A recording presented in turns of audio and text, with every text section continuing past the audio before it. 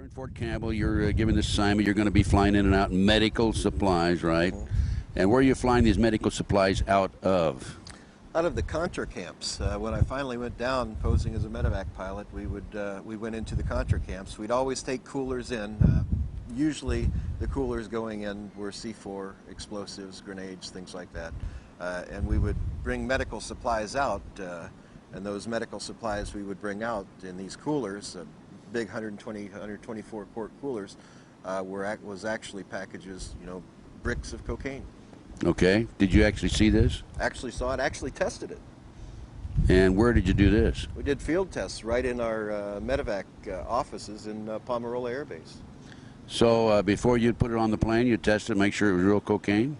No, we tested them on several occasions. We didn't test every package, but some occasions they were delivered to our operations headquarters at Pomerola to take to an aircraft at a different location to fly out of the country. And whenever that happened, I would actually do a field test on it right there. On occasion, when I could get away with it without anyone seeing me, I'd do a field test on the aircraft. That was pretty hard to do. Chip, you're flying out of what airfield in the United States? In Honduras, we were flying out of the Contra camps into 3 airfields. One was San Lorenzo, one was Pomerola, and the other was in the northern part of the country called La Mesa. From there, the coolers were picked up by C-130s, C-141s, or civilian 123s. C-123s run by a company called Corporate Air Services out of Ilopango Air Base in San Salvador. Corporate Air Services also being CIA. CIA. And they were flown back into the States. I would find on a meeting on March 24th, 1985, that there were actually 3 different legs that stuff was moved on, and those legs were into Ohio, into Colorado, and into a little place in the center of the country in 1985 called Arkansas. What airfield in Arkansas? I know that there were 2 airfields in Arkansas. One was Arkansas Air Force Base, and the other one was a place called Mena. And how about in Ohio? In the Dayton, Ohio, and then in Colorado, it was into Lamar, Colorado, and Pueblo, Colorado. So you learned that the drugs are coming in then? Oh yeah. Cocaine? Yeah. On CIA planes? Everything went through Panama, and then from Panama it was distributed out. Were they CIA planes or military planes? Military and CIA. Both, huh? Yeah. Now, you tested it personally. Do you have any documents that would indicate that this is so? Yes. Oh, you do? Yes. I had no idea. Of course I did. Of course I did. That was a loaded question, Chip. I know it was. I knew the answer to that before I asked it. Okay, tell us about that. When I started finding the cocaine on board the aircraft, I decided, hey, this could go one of 2 ways. They could set us up pretty darn quick here if they ever wanted to get rid of us. Because of our knowledge, and especially because of my knowledge, because Bill had told me, Chip, watch your butt, buddy. You have some real enemies here in Washington. So what I did is we would be required to file flight plans when we'd leave Pomerola Air Base, where we based out of in Honduras. We'd file flight plans, and when we'd come back, I'd go to base operations and write on the back of that flight plan what we found, where we took it, who was on board the aircraft, and what went on during the flight. Basically, I debrief right on the back of flight plans. When a trusted Honduran official, who happened to be the brother of the Honduran Army Chief of Staff, saw what I was doing, he said, "We're going to keep these, in a safe place. This is our insurance, Chip." I said, "Oh, okay." And those notes are available in, right? Tatum Chronicles. In the Tatum Chronicles. I'm sorry, those notes are available in the Tatum Chronicles. I went back to Honduras in 1985 and picked up those certified copies that are in those. In the Tatum Chronicles, it talks about all the people that you've heard of today involved in Honduras, involved in the Contra cocaine issues. Not only that, it also talks about persons before it even happened, because these are certified copies that were sealed in 1985 by Honduran officials. It talks about people who needed to be neutralized and assassinated, and who later were killed. And Chip, what'd you do with these documents? besides hiding them around the world? And there, I also published them in the Tatum Chronicles when I was charged with treason. I was told to give these documents up or I'd be charged with treason and be put to death or spend life imprisonment. So I called the Secret Service officers that came in and told me that were tasked to tell me this by the president, and I called them in and I said, okay boys, I've got the documents for you, come get them. In the meantime, we published this, sent it to the White House Library, sent it to the White House, to James Dorskin is his name, the personal assistant to the president, Clinton, sent it to Mr. Bush, sent it to others involved, and to Capitol Hill. And then I gave these guys the copy of the Secret Service agents, and they said, you just signed your death warrant. I said, kill me, boys. Let's go. And I might also mention that you had some other papers and other documents you held back, right? You know, over 25 years, I was able to compile quite an insurance policy. These documents are nothing compared to those documents. I feel comfortable in coming forward with these, and the only reason I'm coming forward with these, I had no intention of ever doing anything with these, but when they went after my wife, they went after an American citizen, and that's unacceptable in my mind. Going after other foreign intelligence officers, foreign politicians and all, you know, that's just part of the spook business. That's what we did in counter-espionage, but you don't do that against our own citizens. When you try to neutralize an American citizen, you've gone against everything I believe is right, and I'll do everything I can to expose the men involved. Did George Bush have knowledge about the drug operation coming out of Central America and South America? Yes. Explain.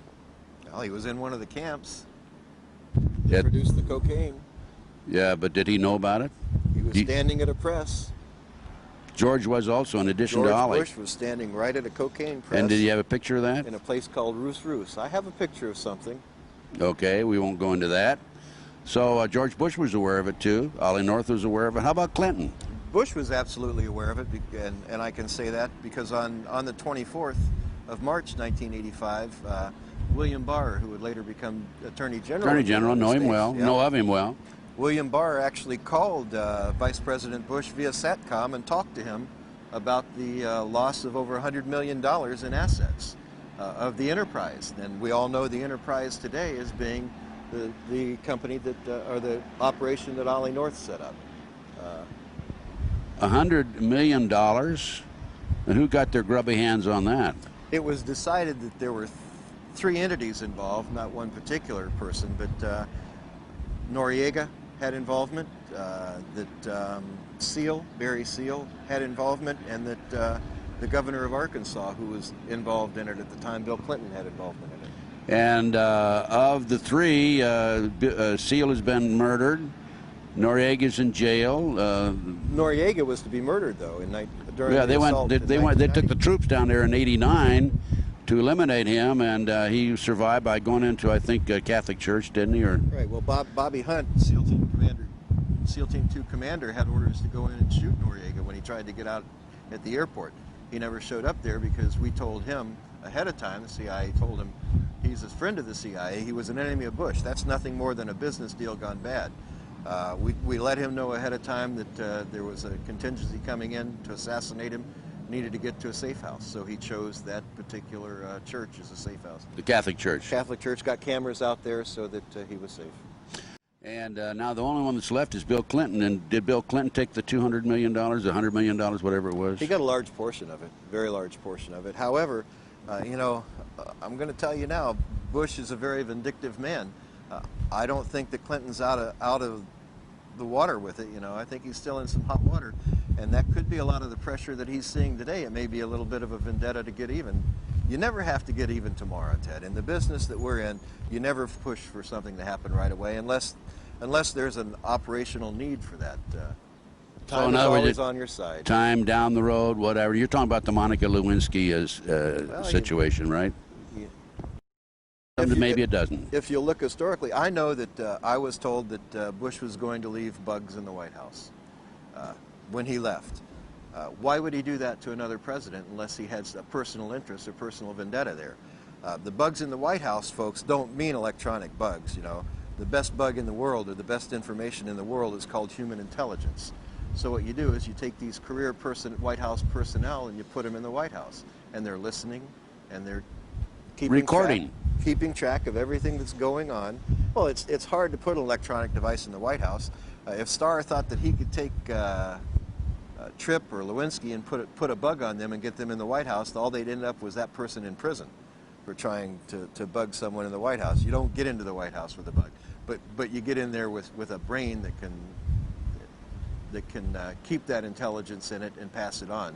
That's how you get in, and that's how you bug the White House. So he always had constant information flowing to him from the White House from career workers in the White House. Did Clinton? Do you have any direct knowledge that Clinton was aware of the drug operation coming into Arkansas? The direct knowledge is that Buddy Young was actually a advisor to Clinton. He was his chief of security, and he was one on board the aircraft, and he was sent there by Clinton to investigate the loss of monies that had been determined. Additional direct knowledge comes in the fact that one of the people called by Barr was the governor of Arkansas on that SATCOM. He called North, he called the vice president on this 24th of March conversation, and he called the governor of Arkansas and talked to him. So, and governor of Arkansas then was William Jefferson Clinton. So they were talking about the enterprise, about the lost monies. And additionally, in earlier years, and when I was at Fort Campbell, Kentucky, I actually flew several missions carrying medical coolers again with money and drugs in it into Arkansas. Out of where? Fort Campbell? Out of Fort Campbell. It was delivered to us by the 324th Med Battalion. Out of the South America? Out of South America. They were operating in the South America in Honduras. It was flown by C-130 to Fort Campbell. It was marked medical supplies. Donor organs, this particular one was marked. And we were advised to give it to Dr. Lassiter at Little Rock Air Force Base. So we flew it to Little Rock Air Force Base. I opened the coolers. I don't fly a cooler without opening it. I don't fly anything without opening it. Let me tell you why I don't fly coolers without opening them. I was told by Colby earlier that Torrijos died simply because they put a cooler marked donor organs on his aircraft that blew up in flight. So whenever I see a cooler, I open that cooler. And what did you find in the cooler?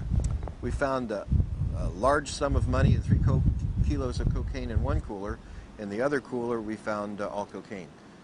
Those 2 coolers were picked up by Dr. Lassiter, who actually ended up being, as we found out in later years, a man named Dan Lassiter, who was convicted for trafficking cocaine in Arkansas. However, he was pardoned by the then governor of Arkansas, Bill Clinton. And did you have any information that Clinton had direct knowledge of that? Now, you flew him into Arkansas. Was Clinton there waiting for it, or was there a limousine there or anything like that? We had to wait over an hour and a half for Dr. Lassiter to show up. But when he finally showed up, he showed up in an entourage of vehicles. There was a van, there was a stretch limo, and an unmarked police car. In the coming out of the stretch limo, Dr. Lassiter came forward. He had 2 people with him. One stayed at the car, and one came over. He introduced the one that walked over to the aircraft to pick up the coolers as the governor of Arkansas. And the governor of Arkansas extended his hand, and that's the first time I shook the hand of William Jefferson Clinton. He wanted to let me know that the people of Arkansas appreciated me bringing those donor organs. That good. He didn't know you'd looked into them. He didn't know I looked into it. Do you have that in your book? Yes, I do. Yeah, that's in again the Dayton Chronicles, right?